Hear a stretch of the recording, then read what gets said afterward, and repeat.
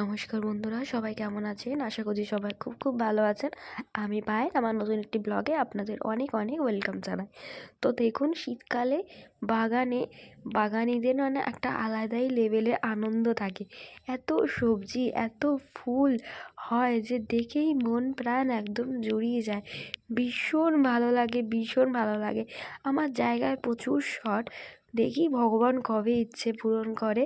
যবে ইচ্ছে পূরণ করবে, যাতে তখন আমার আর কোনো বাধাই থাকবে না যে কে কী বললো। এটা তো আমার নিজের জায়গা, আমি এখানে চাইলে একটা কেন 1000টা গাছ রাখতে পারি, যেমন খুশিভাবে রাখতে পারি। লোকের জায়গায় করছি তাই একটু বাধা তো মানতেই হবে। তারপরও আমি করার চেষ্টা করি। অনেক প্রবলেম আছে জানো তো, কী করবো বলো? ভাড়া বাড়িতে থাকতে গেলে এগুলো তো একটু মেনটেন করে চলতে হবে। তাও যে আমি এতটা করতে পারি ভাড়া বাড়িতে থেকে, আমার কাছে এটাই অনেক একটা বড় পাওনা গো। আর গাছ করে আমি যে এত মেন্টালি হ্যাপি থাকি তোমাদেরকে বলে বোঝাতে পারবো না। যারা গাছ করে তারাই জানে। এই ছোট্ট একটা গাদাতে এত বেশি এখন থেকেই ফুল আসছে যে কি বলবো, আমি খালি খালি পিঞ্চিং করেই যাচ্ছি। অ্যাকচুয়ালি গাঁদা গাছে যত বেশি পিঞ্চিং করব তত বেশি কিন্তু ব্রাঞ্চেস বেরোবে। তো আমি বারবার ধরে পিঞ্চিং করছি। এই বছরে আমি একটাই গাঁদা কিনে এনেছি। ওই যে বলছি না, জায়গার অভাব, অনেক কিছু মেনে চলতে হয় নিয়ম কানুন। যখন নিজের জায়গা দেবে ভগবান, তখন আশা করছি তখন তো আর কোনো বাধা বেদনা থাকবেই না। তো হালকা করে আমি একটুখানি যে ঘাসগুলো হয়েছিল সেগুলোকে আমি একটুখানি ক্লিন করে দিচ্ছি। আর এরপরে আমি দেবো গাছেদেরকে কিছু খাবার। কিছু খাবার মানে একটা খাবারই এনেছি, আর একটা খাবারকে অলরেডি আমি ভিজিয়ে দিয়েছি। এই দেখো, কলার খোসা। আমি কলা যে কাঁঠালি কলা যে খাই, তার খোসাগুলোকে ঘরেই রাখি, শুকিয়ে যায়। তারপরে আমি সেটাকে এরকম ঠিক জলের মধ্যে ভিজিয়ে তারপরে আমি দিই। এত বেশি ঠান্ডা লেগেছে, ভিডিও এডিটিং করছি আর বারবার ধরে কথা ব্রেক হচ্ছে, এত বেশি কাশি হচ্ছে, কিছু মনে করো না, সরি। যাই হোক, তো এই দেখো, এবার আমি সর্ষের খোল আমি প্রত্যেকটা গাছের গোড়ায় এইভাবে আমি এখন দিয়ে দেবো। দিয়ে তারপরে ভালো করে আবার মিক্স করে দিতে হবে। খাবার দেওয়ার পরে কিন্তু অবশ্যই মাটির সাথে মিক্স করে দিতে হবে। তাতে কী হবে, যতক্ষণ জল দেবো তখন তো ভালো হবে, গাছেতে যাবে, গাছেতে শিকড়গুলো খাবার পাবে। এই গোলাপ গাছগুলো বেশিরভাগ আমি না হাট থেকেই কিনে এনেছি। আমি গোলাপ গাছে পাগল, ভীষণ পছন্দ। গোলাপ গাছ দেখলে আমি নিজেকে আটকে রাখতে পারি না। এখানে আবার 2 মুষ্টি মতন আমি সর্ষের খোল ওই কলা ভেজানো জলের মধ্যেই আমি ভিজিয়ে রাখলাম। 3-4 দিন পরে আমি তারপরে আবার ওই গাছগুলোতে দেবো আমি। শীতকালে কিন্তু গাছের সবথেকে ভালো খাবার হচ্ছে, ফল ফুল গাছের খাবার হচ্ছে, সেটা হচ্ছে খোল পচা জল। যারা আমরা গার্ডেনিং করি তারা তো খুব ভালো করেই জানি, সবথেকে ভালো পুষ্টিকর খাবার একটাই, সেটা হচ্ছে খোল পচা জল। একটু বেশি দাম নেয়, যেমন 60 টাকা 80 টাকা কিলো দাম হয়। তো সেইটাই কিনে আনি, তাও অনেকদিন চলে যায়।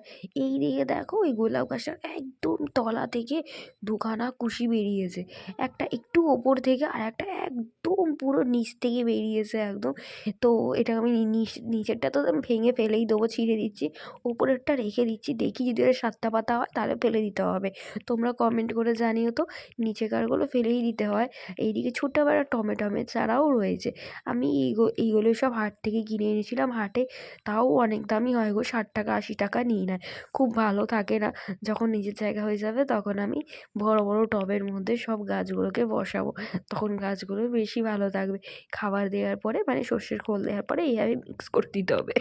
এত ঠান্ডা লেগেছে আমার, এত কাশি হচ্ছে, প্রচণ্ড কাশি হচ্ছে। আগামীকাল রাতে তো আমি ঘুমাতেই পারিনি কাশির জন্য। কী আর করা যাবে, ওয়েদার চেঞ্জ হচ্ছে সেই কারণে।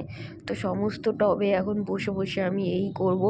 গাছ করা কিন্তু না, গাছকে কিন্তু সময় দিতে হবে, তা না হলে কিন্তু গাছেদের থেকে সুন্দর ফুল ফল একদম পাওয়া যাবে না। কিন্তু একটু সময় দিতে হয়, ঠিকই কথা।